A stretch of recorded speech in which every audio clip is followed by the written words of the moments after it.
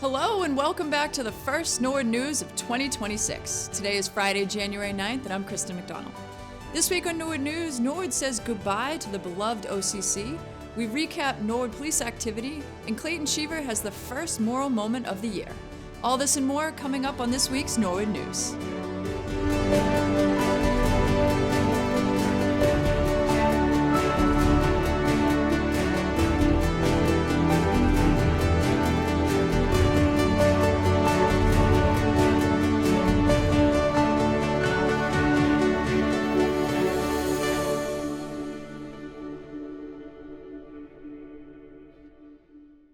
Saturday, December 27th was a happy and sad day here in Norwood. Here's Jack Tolman to explain why. Since 1969, Paul Angelo has been operating the Old Colonial Cafe. Originally located in Swedeville on 7 Ave, it has been in the center of town for years, replacing collars in the old firehouse. Paul has decided to retire, and on December 27th, there was a last hurrah event to celebrate 56 years of serving the local communities and beyond. If you were anywhere in the area that night, you were lucky to get a parking spot as the town turned out to celebrate and say thank you to Paul and his wife Martha. It was standing room only as friends enjoyed a night at a place where everyone knows your name. The Colonial has hosted birthday parties, wedding and baby showers, high school reunions, retirement parties, sports banquets, and receptions after funerals.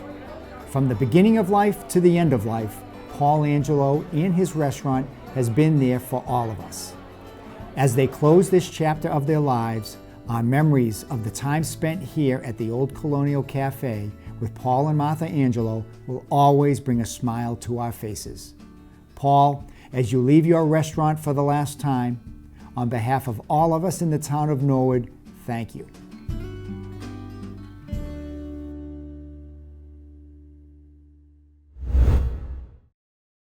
On the latest episode of Entertainment Norwood, Ernie Pachakowski hosts John Grove and Patty Fanning of the Old Parish Preservation Volunteers. Check out this quick preview and learn how Aaron Guild became the centerpiece of the town seal.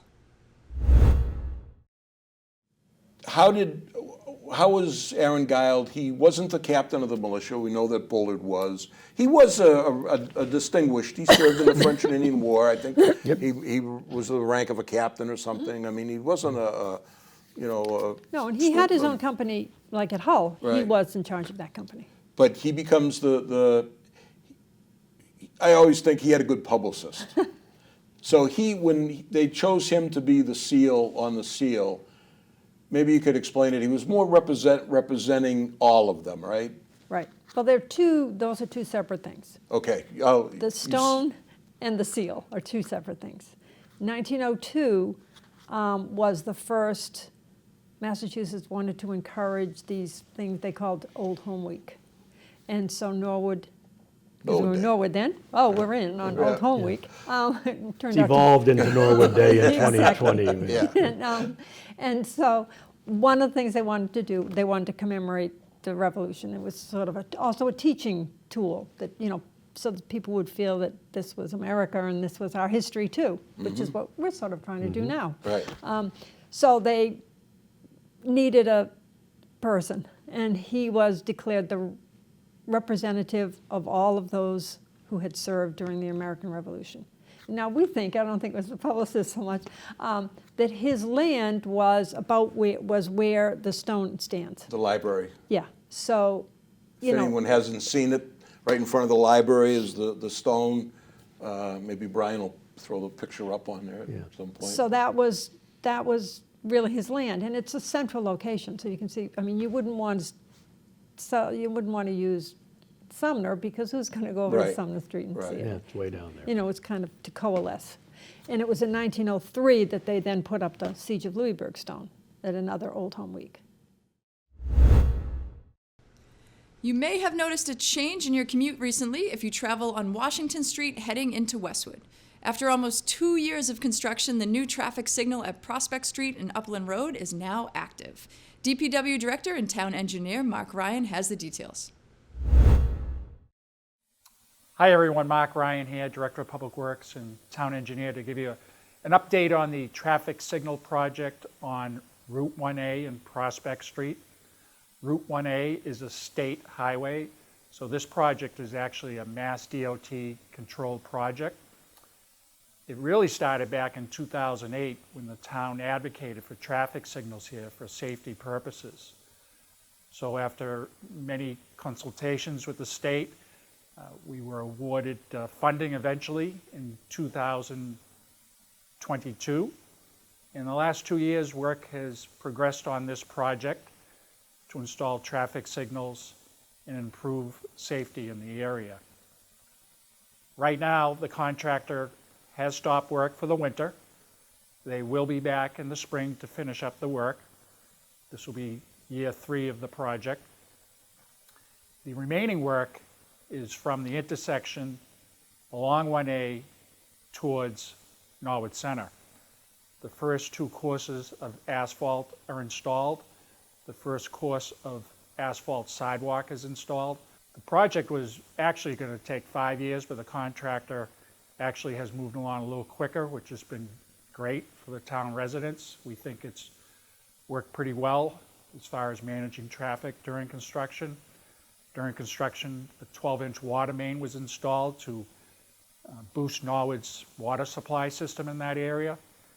Cars can now enter 1A from Prospect Street, Fulton Street, and Lower Washington a lot more safely.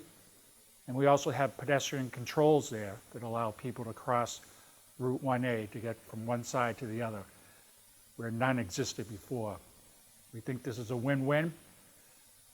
We're grateful for the state for supporting this project, for funding this project, and working along with the town on the different issues that arose during the project.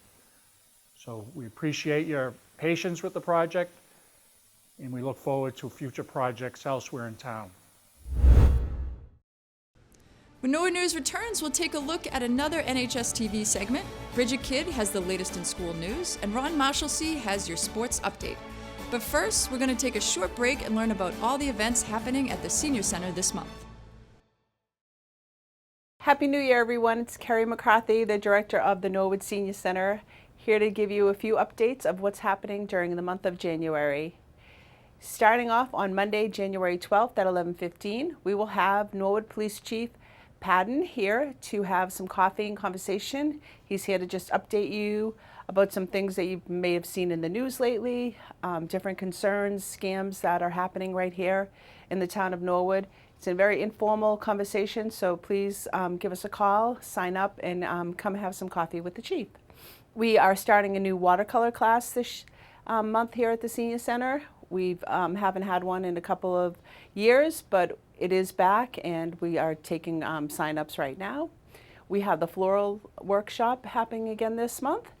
And at the end of the month, we are having a presentation from Social Security. This is a really good time for you to come hear any updates with Social Security, learn how to get your Social Security benefit letter, just the simple things that you may need from Social Security, but also some more advanced questions. So she will be here on January 26th at 1 o'clock, so feel free to give us a call and sign up. As usual, I just want to let everybody know that we have great exercise classes here. First class is free. We have a fitness room if you do not feel comfortable walking outside with the ice and the cold weather. We do have a treadmill and some other machines that you are able to use. We are here to serve you. If there's anything you need, please give us a call. To kick off the start of the new year, Library Director Clayton Cheever has the first moral moment of 2026 with events and book recommendations to share. Greetings, library lovers. Welcome to the Morrow Memorial Library, Norwood's public library for everyone. Happy January. I hope you had a wonderful holiday season and are having a fantastic beginning of 2026. After we reopen post-New Year's on Friday, January 2nd, the only other day we'll be closed this month is Monday the 19th for the observance of Dr. Martin Luther King Jr.'s birthday. Every other day this month will be opening from 9 in the morning until 9 at night every Monday, Tuesday, Wednesday, and Thursday, from 10 to 5 on Fridays, from 9 to 5 on Saturdays, and 1 to 5 on Sundays. I'm Clayton Cheever, your library director, and I use he, his pronouns. Now I'm going to tell you about some things happening at the library this month, recommend some books, and tell you about some other ways you can benefit from your library. Do you have a little one in your family who hasn't yet started to walk? If so, I hope you'll bring them to our PVC Baby and Me playgroup starting on Friday, January 9th and repeating every Friday this month at our satellite location, the Poirier Village Center, PVC. This program is part of our Programs for Coordinated Family and Community Engagement, that's CFCE for short, which is funded and supported in partnership with the Department of Early Education and the Norwood Housing Authority. Registration's appreciated for each week's program, but drop-ins for this program are always welcome, so bring a friend. Reach out to our CFCE coordinator, Liz Hogrel, to learn more. Preschoolers love our Alphabets program with Ms. Nicole, which is starting back up every Tuesday, starting on January 13th. Every week we have stories, songs, and activities all centered around different letters of the alphabet, and no registrations required for this one. Art teaches and communicates. Art has humor, adventure, and passion. Art matters. It's a uniquely human activity and the sole reason we have an advanced civilization. We use visual images to communicate with one another as a species. Art transcends language, different cultures, time, and distance. It keeps us connected to each other as humans. Join us on Tuesday evening, January 20th, for a mini-history of Western civilization through art, from the caves to the shuttle, to see and understand how art and civilization depend upon each other, because art keeps us human. Attendance is free and registrations required, so visit our website or give us a call today to reserve a seat. Speaking of art, would you like to explore some ways to create more art yourself? We have lots of ways to help, including the amazing collection of video tutorials that are collected in the online resource called Craftsy, and Craftsy en Espanol if you'd rather learn in Spanish. You can find a link on our website in the alphabetical list of online resources under the Reference and Research menu. With something for all creative makers, from basic instruction to advanced techniques, this is a great place to improve your skills with yarn, baking, drawing, so much more.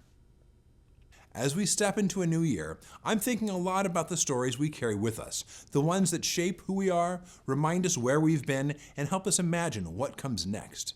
This month, I've brought some books that span generations, genres, and experiences, and they're all connected by a single thread. Each one explores how individual lives intersect with larger histories, communities, and moments of change. Let's start with something joyful and fun to look at. Every Belly by Thao Lam is a warm, body-positive picture book that celebrates the beauty and diversity of all bellies. Lam uses her signature cut paper artwork to follow a young child at the community pool, noticing how every belly tells a story. Reviewers highlight its gentle encouragement towards self-acceptance and its playful, inclusive tone. Shifting to a powerful piece of historical fiction, in The Pecan Sheller, Lupe Ruiz Flores transports readers to 1930 San Antonio, Texas, where 13-year-old Petra must leave school to work in a pecan shelling factory. The novel is inspired by the real 1938 pecan sheller strike and has earned praise for its successful portrayal of labor rights, community solidarity, and the resilience of young workers. It's an excellent middle-grade novel for readers interested in social justice and American history. More experienced readers who can appreciate a twisty literary mystery set much closer to home will enjoy The Woman in the Library by Sulari Gentile. This book begins with a scream inside the Boston Public Library's reading room. 4 strangers are suddenly bound together by a murder investigation. This is a clever, layered mystery that plays with metafiction and the relationship between writers and readers. With its Boston setting and its mystery within a mystery structure, I think you'll really like this smart, unconventional thriller. My fourth and final recommendation today is a deeply researched and moving work of nonfiction. Lucy Adlington, known for The Dressmakers of Auschwitz, returns with 4 Red Sweaters, an account of 4 Jewish girls and women during the Holocaust, all connected by a single garment. This is an engrossing blend of clothing history and personal testimony, illuminating how one everyday object can become a symbol of survival and identity. Each of these books reminds us how powerful it can be to step into someone else's experience. There's so much to gain when we listen closely, notice the details, and appreciate how a story shifts the way we move through the world. That spirit of exploration isn't limited to what you can check out between two covers. Here at the Morrow Memorial Library, we also offer hands-on ways to try something new through our Library of Things. It's a collection designed to spark curiosity and invite a little creativity into your everyday life. Here I have a great example, our musical singing bowl, which you can borrow and take home. Whether you're looking to add a moment of calm to your day, explore sound and vibration, or just try something you've never experienced before, this is a simple, beautiful tool that everyone can enjoy. We have this and so many other great games, tools, puzzles, electronics, and more in our Library of Things. Visit our website and browse a collection from the Books and More menu to see what other treasures we have waiting for you. Before I sign off, I want to thank our dear friends of the library. Anytime the library is open, you can browse their ongoing book sale in the nook just by the door to our parking lot. Proceeds from the Friends sales provide support for library programs throughout the year, including the funds for crafts and supplies for programs for kids and teens. This month, they also provided the funds from the Verse Coloring for Adults program on the 5th and the 4-part series on 3-body Qigong every Thursday starting on the 8th. Please make sure you have an active membership in the Friends and support them whenever possible, as they make possible so much of what we present here. We are so grateful for all the support. And that's a wrap for this Morrow Moment. I'm Clayton Cheever, your guide through the wonders of the library, wishing you a Happy New Year and a fabulous January. We can't wait to see you at the library. Until next time, happy reading.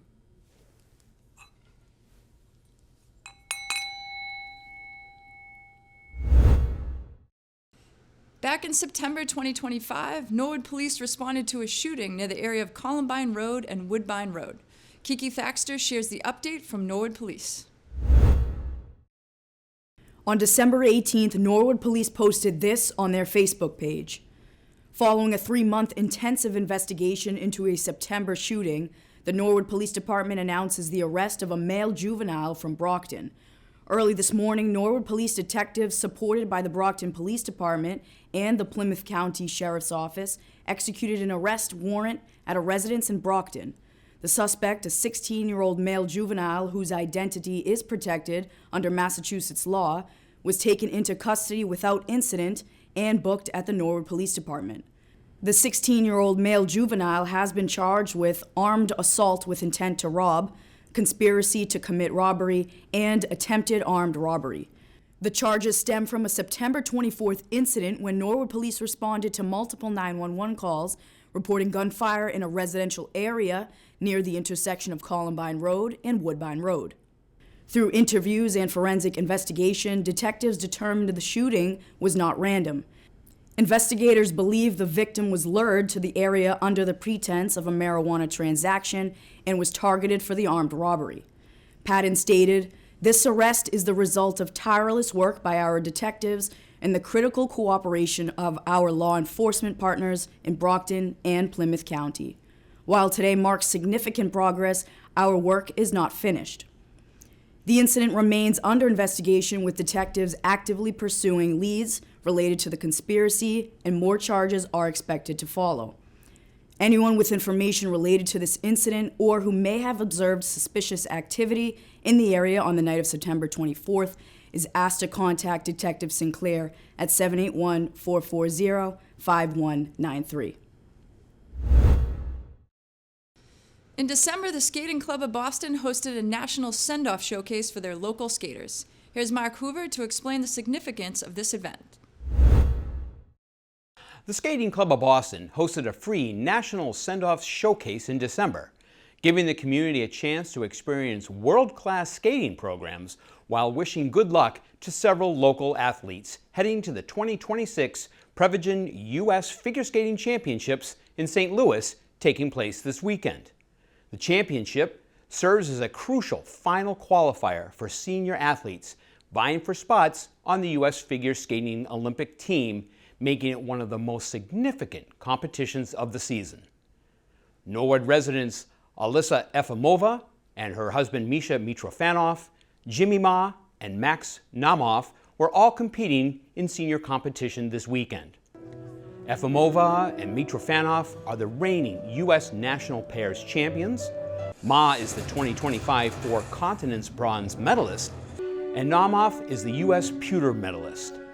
The send-off was held in the Tenley Albright Performance Center and featured performances from these talented athletes.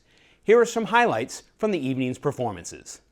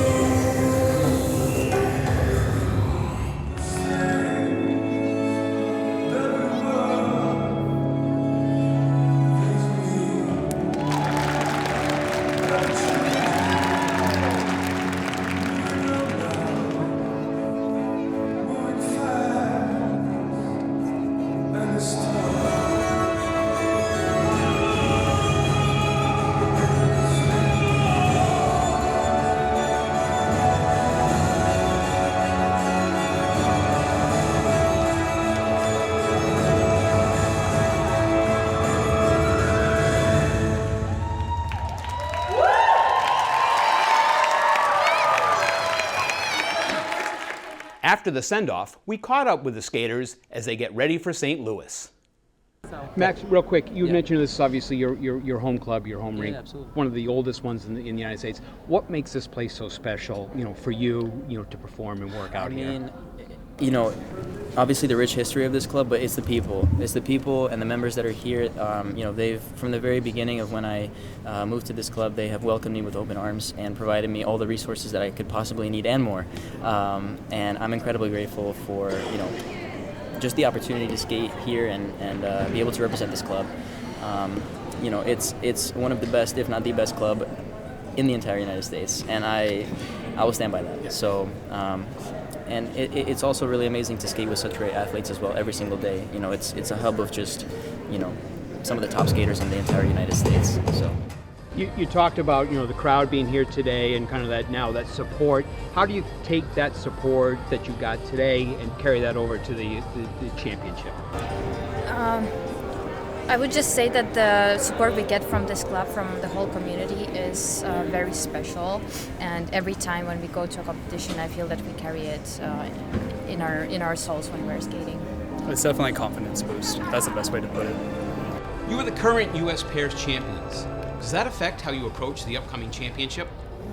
We definitely take every competition as if it was the same competition, so we train the same, we train to the best of our ability. For us, it's better not to think about that. We try to kind of put that mentally to the side. It is a confidence boost, but at the same time, we don't want it to consume us. We don't think about it because then you start to think about more the results and not necessarily the training process. And for us, we believe that's the most important. That's what's helped us become so successful, is that we focus on our training process day to day. Jimmy, a night like tonight when you're kind of simulating what's going to go on, how important is something like that in terms of your program and how you feel it develops? So, competition is, the difference between competition and practice is there's a factor of adrenaline, right? Whether or not that adrenaline helps you or it kills you, it depends on the person. A lot of the times it kills me, right? So we're just trying to put ourselves in a more uncomfortable position, practice how we would act and react to things while we're in competition, and that'll be kind of the baseline of how we'll be in competition. We all wish the Norwood skaters the best of luck as they chase their Olympic dreams. The Skating Club of Boston provides all of us with a little Norwood bragging rights when we see our town featured on the national and international stage. Thanks, Mark, and good luck to the Norwood skaters. You have been training your whole lives for the Olympics. This town and our entire country is rooting for you. Now we're going to send it over to Bridget Kidd with everything happening in school news. I'm Bridget Kidd. Welcome back, everyone, and let's check out what's happening in our Norwood schools. In Norwood High School news, congratulations to the students of the month, Caitlin Hamway and Jose Zerpa. At the Coakley Middle School, students from Miss Serratis' computer science class took part in Student Solve, a large-scale statewide virtual innovation challenge sponsored by 1-8 Foundation and the Mass Learning Project. The event brought together more than 4,000 students from 165 classrooms across Massachusetts, all working together to tackle real-world problems using creativity, collaboration, and STEM skills. Coakley students partnered with Liberty Mutual to help address a real challenge the company is facing with its pet insurance application process. Students had the opportunity to meet and collaborate with an actual Liberty Mutual software engineer, where they brainstormed ideas and proposed innovative solutions. Some students' ideas included using AI chatbots to help customers complete insurance forms by answering questions along the way. And if you suddenly see a Limu Emu commercial featuring an injured pet needing insurance, just know that idea may have come from our students. Overall, it was a fun, engaging, and memorable experience, and a great example of how applied learning, real-world problem solving, and professional collaboration can come together in the classroom. Thank you to our students for representing Coakley Middle School so well.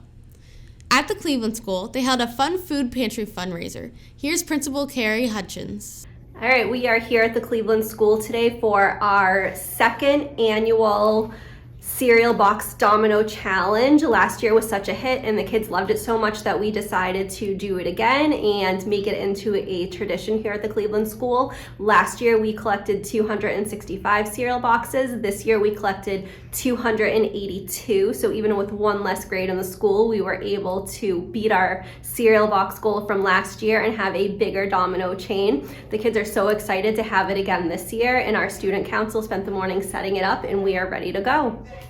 All right, it looks like we are ready. 5, 4, 3, 2, 1.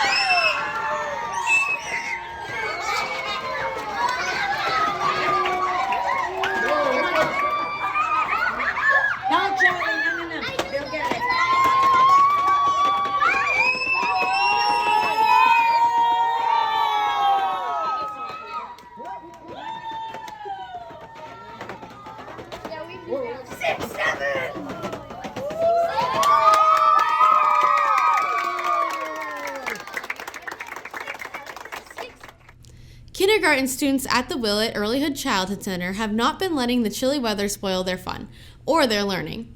The Willett staff is fully engaged in Desi's Playful Learning Institute grant, and the students have been having so much fun learning their letters, spelling words, and creating their own masterpieces through the art of play. Students have created Alphabet Avenue, murals, created letters using blocks, magnetiles, Play-Doh, and geobands. The students are creating words and phrases. Playful learning allows the kindergarten students to access essential skills practice by choosing most preferred materials and giving them plenty of space to spread out and play. Over at the Little Mustangs Preschool Academy, our youngest students truly got into the holiday spirit by focusing on joy and kindness. Before the break, each morning the class gathered around their Kindness Advent Calendar to discover a new daily mission, whether it's smiling at a friend, practicing their pleases and thank yous, or learning the importance of really listening when someone else is talking. Beyond their kind words, they were busy crafting handmade gifts for their families, included painting surprises and cinnamon and applesauce gingerbread ornaments. It was a great reminder for all of us that even the smallest acts of kindness can make a big difference. Keep up the amazing work, Little Mustangs. That wraps up this week's school news. Thank you to all of the teachers who keep us in the loop with their updates. It really helps us see the wonderful things happening in our schools. Reporting for Norwood School News, I'm Bridget Kidd. And now, here's Ron Marshalsea with the latest in sports. I'm Ron Marshalsea, and this is your sports update. The girls' basketball team has begun the year 4-1 with some massive wins over Ashland, Norton, Bridgewater, Raynham, and Dover-Sherburne. 63-42, 51-23, 62-33, and 70-27. Their only loss so far in the year was to a tough Medfield team on the 5th.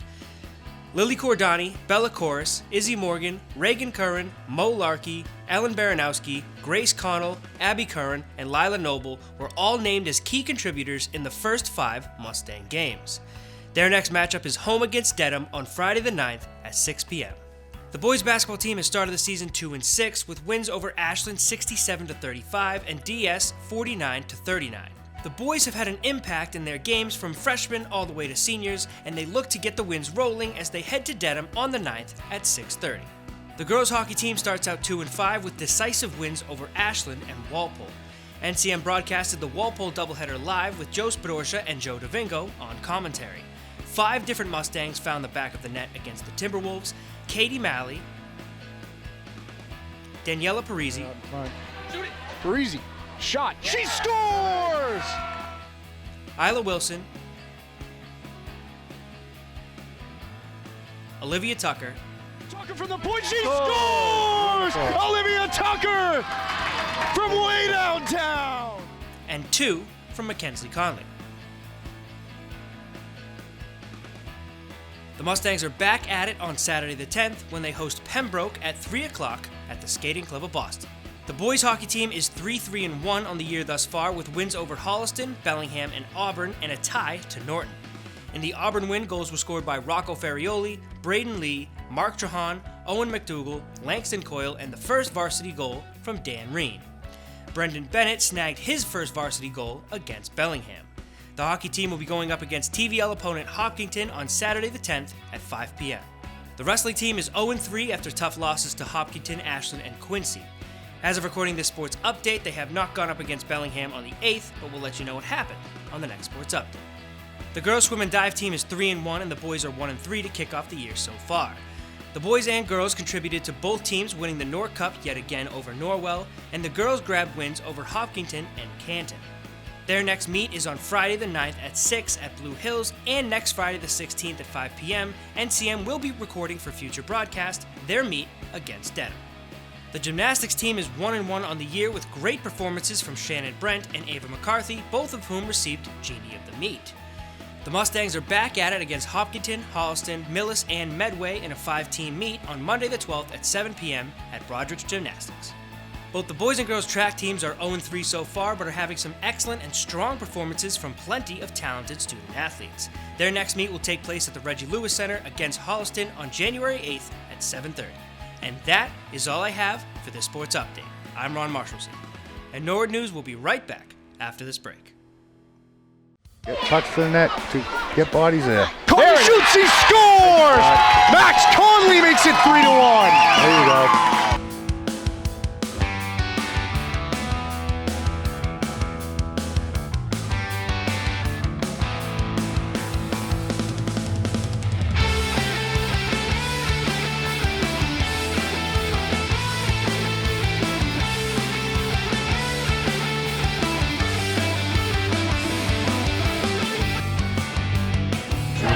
Here's Tucker from the point, she scores! Olivia Tucker from way downtown!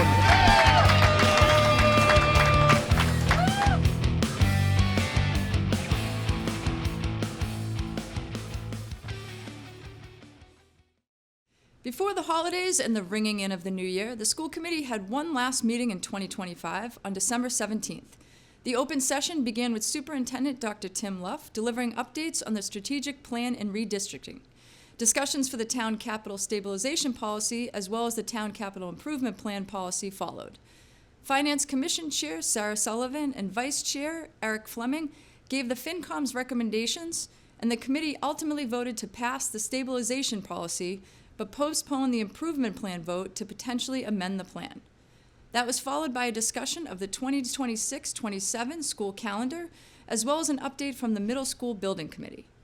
Budget then continued the meeting with a subcommittee update and a presentation by Sean Mannion and Dr. Luff about the preliminary budget for FY27.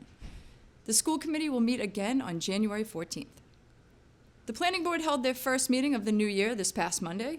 That began with a comprehensive plan update discussing the open house regarding the plan scheduled at the Simone Room inside of the Morrill Memorial Library on January 12th at 7 p.m. The applicant for the subdivision modification at Fields Ave withdrew their application. Following that, the discussion from the December 15th regarding the 55 Lenox Street permit and site plan review continued, and ultimately the street permit was denied by a vote of 4-1, and the site plan review failed 3-2. The planning board will meet again on January 26th. The Zoning Board of Appeals opened its meeting this week by notifying the public about the Comprehensive Plan Update Open House scheduled for Monday, January 12th at 7 p.m. in the Morrill Memorial Library's Simone Room.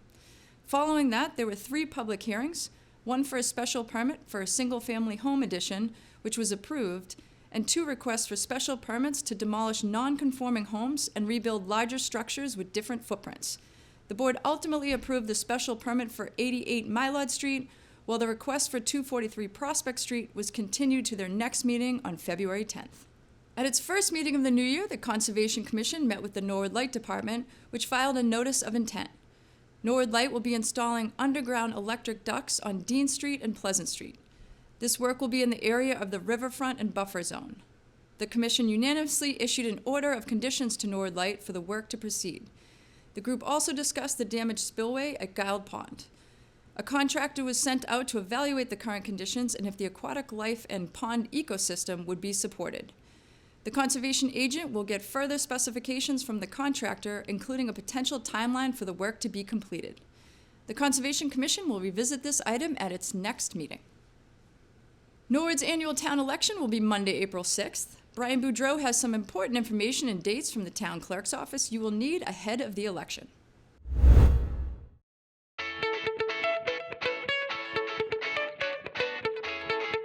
The annual town election will be held on Monday, April 6, 2026. Polls will be open from 7 a.m. to 8 p.m. Nomination papers are available for pickup in the town clerk's office. Nomination papers must be returned to the town clerk's office on or before Tuesday, February 17, 2026 at 5 p.m. Incumbent town meeting members have been mailed letters with a response form attached. Completed forms are due no later than Tuesday, February 17, 2026 at 5 p.m. The deadline to register to vote for the annual town election is Friday, March 27, 2026 at 5 p.m. This is the last day to register in order to vote in the election. Voter registration is available at the town clerk's office Monday through Friday from 8 a.m. to 4 p.m. or online at www.sec.state.ma.us. Applications for absentee voting or vote by mail are available on the Town of Norwood website under the Town Clerk section. Applications must be received in order for a ballot to be mailed. The deadline to apply for a vote by mail or absentee ballot to be mailed is Monday, March 30th, 2026. No applications will be accepted after that date. The deadline for in-person absentee voting is Friday, April 3rd, 2026 at 12 noon. For additional information, please contact the Town Clerk's office or visit the Town of Norwood website.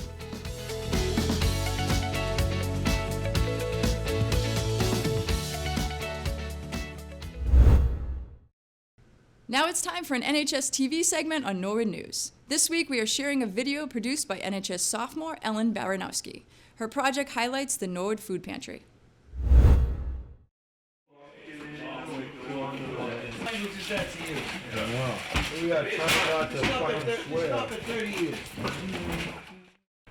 I am, quote, in charge, quote, of just making sure everything is available for the guys to sort.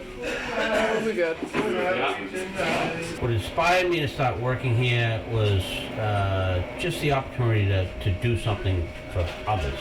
I know, we're on the same page. My parents had passed, and they had all kinds of food in the house. They didn't know what to do with it, so I brought it to the food pantry in Norwood, and that's how I became involved in it. What's that? Did you say something responsible? Our job occurs on Tuesday morning, sorting the food, and the food pantry distributes the food on Saturday mornings. A typical morning is, we come in around, we get here about 6:15. We get organized, we pull our boxes, and then we just start sorting food into the various bins that it needs to go. Need another soup cup, you right?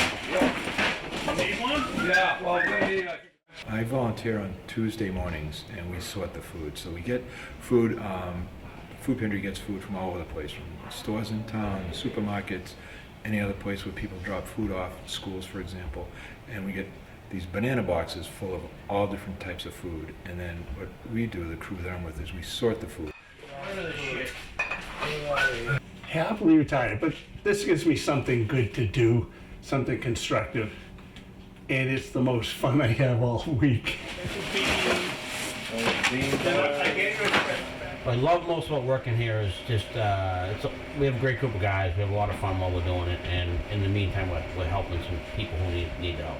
46 is not enough. Nutritious food is really important, but it's also a holiday, so things like turkeys and stuffing and mashed potatoes, things like that. People that you would have at a typical, holiday celebration. Right here. They can go to the website, Ecumenical Community Food Pantry website, otherwise known as Norwood Food Pantry. Look it up, and there are telephone numbers for them to call if they'd like to volunteer. Bill, make me a label for stuffing. Make me another one for miscellaneous. Okay, stuffing and miscellaneous.